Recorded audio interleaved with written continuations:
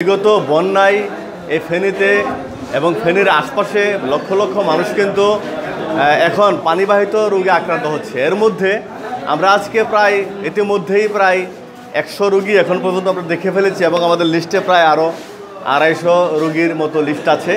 আমরা এই বাঁশপাড়া থেকে তারপর আরেকটা পয়েন্টে চলে যাব। এখানে মিনিমাম আমরা 300 রোগীর উপরে আশা করি দেখব। তো যাই হোক, আজকে এখানে এসে আমার যে অভিজ্ঞতাটি আপনাদের সাথে শেয়ার করতেছি যে আমাদের এখানে যেসব রোগীগুলো আমরা পাচ্ছি, এই বন্যা পরবর্তী পানিবাহিত রোগের মধ্যে অন্যতম যে সমস্যাটা দেখা যাচ্ছে এটা হচ্ছে স্কিন ডিজিজ। আমাদের এইখানে সবচেয়ে বড় প্রবলেম হচ্ছে মানুষের মধ্যে যে স্কিন ডিজিজে আক্রান্ত হচ্ছে, বিশেষ করে চুলকানি, র্যাশ, শরীর ফুলে ওঠা, এই ধরনের চুলকানি জনিত যে ডিজিজগুলো কিন্তু আমরা দেখতে পাচ্ছি। এবং বিশেষ করে বাচ্চাদের জ্বর, ঠান্ডা, কাশি তো আছেই, চিকিৎসা প্লাস ওষুধ কিন্তু আমরা ফ্রি দিচ্ছি। তো এই ফ্রি ওষুধ দেওয়ার আমাদের টার্গেট মিনিমাম 500 থেকে 700 মানুষের চিকিৎসা আমরা আমাদের ওষুধ সংকলন আছে, ইনশাল্লাহ করতে পারবো। আমাদের টিমকে যিনি সার্বিক সহযোগিতা করেছেন, আমাদেরকে থাকার খাবারের যে সুন্দরটি সাপোর্ট করেছেন, আমাদের প্রিয় ভাই আজিম ভাই, উনি একজন রানার, আপনারা জানেন, একজন সুইমার, পাশাপাশি একজন সোশ্যাল ওয়ার্কার। তো এই আজিম ভাইয়ের সুবাদেই কিন্তু ফেনীতে আমাদের এই আজকের এই মেডিকেল ক্যাম্প করা, পরে কিন্তু মানুষের স্বাস্থ্য ঝুঁকিটাই বেড়ে যায়। প্রথমে আমি আপনাদেরকে ধন্যবাদ জানাই যে আপনারা আমার আহ্বানে এই ফেনীতে বিশেষ করে আমাদের এই ছাগলনাইয়া উপজেলা এবং ছাগলনাইয়া পৌরসভার মধ্যে একটা ক্যাম্প করার জন্য সম্মতি প্রকাশ করেছেন এবং কি কষ্ট করে আপনাদের এত বড় একটা টিম গত 2 দিন যাবৎ আমাদেরকে সময় দিচ্ছেন।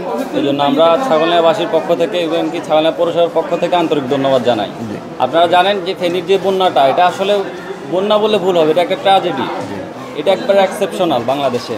এটা ফেনীর মানুষ তো দূরে থাক, বাংলাদেশের কোনো অঞ্চলের মানুষ চিন্তাও করে নাই। এই বন্যাটা যদি ফেনীর বাদ দিয়ে যদি অন্য কোনো জেলায় হইতো, ন্যূনতম মিনিমাম 1 লাখ মানুষ মারা যেত।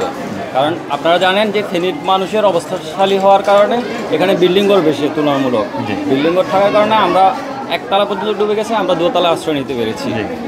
ওই ক্ষেত্রে আমাদের ম্যাক্সিমাম মানুষ প্রাণহানি থেকে রক্ষা পেয়েছে, কিন্তু প্রাণহানি থেকে রক্ষা পেলেও ফেনীর মানুষের 90% মানুষের সম্পদ একবারে শেষ। এখানে ধনী গরিব সব এক রাতে এক সমান হয়ে গেছে। তো ওই ক্ষেত্রে আমরা সবচেয়ে বেশি আশা রাখি যে আপনাদের কাছে যে পুনর্বাসনের পাশাপাশি যে চিকিৎসা সেবাটা, আল্লাহর রহমতে আমাদেরকে আপনাদের এই রায়পুরার যে টিম, আপনাদের রায়পুরার টিমটা থেকে শুরু করে আমাদের এর আগে অনেকগুলো টিম এসেছে। আমরা মনে করি যে আরও এরকম 100টা টিমও আসে, 1000 টিমটাও আসে, আমরা আসলে সবার কাছে পৌঁছানো সম্ভব না, এত পরিমাণ ক্ষয়ক্ষতি হয়েছে। আসলে এখানে সবচেয়ে বেশি রুগী পাচ্ছি আমরা চুলকানির রুগী, যারা এই বন্যার কারণে বন্যার পানিতে যারা সংস্পর্শে গেছে তাদের সবারই মোটামুটি বাচ্চা ইয়াং বয়স্ক সবার প্রত্যেকটা রুগীরই চুলকানির সমস্যা আছে, সাথে তো ব্যথা, তারপর ডায়রিয়া।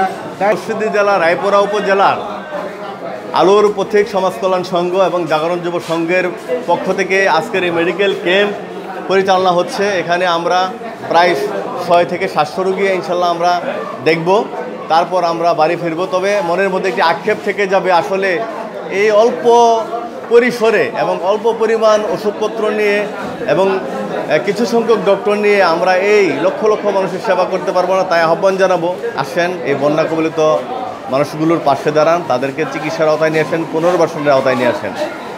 যদি আমরা আমাদের সাধ্য অনুযায়ী, আমাদের সাধ্যের মধ্যে যতটুকু আছে চেষ্টা করবো ইনশাল্লাহ ভালো কিছু করার জন্য।